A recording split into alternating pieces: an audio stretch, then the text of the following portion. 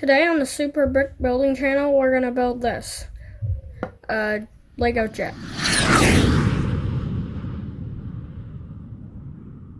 So first we're going to start with this 10x2 white piece. Next we're going to take this piece, I don't know what it's called, and put it right here. Next we're going to take this 2x2 Lego brick and put it right here. Next, we're going to take two slope pieces and put them right here and right here. Next, we're going to take another slope piece and put it right here. And then, what we're going to do is we're going to take this piece and we're going to leave it aside and take these two pieces, put it right here, and this one right here. And we're going to put it on right here.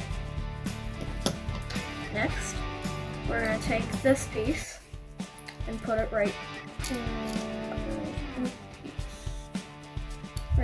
here. And we're going to put it right here. And we're going to take this piece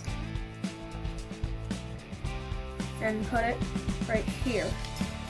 And then we're going to take this piece and put it right here. And this piece and put it right here. And these two pieces we're going to put right here. And there we go. That's our Lego aircraft thingy. This is what it looks like from the side view,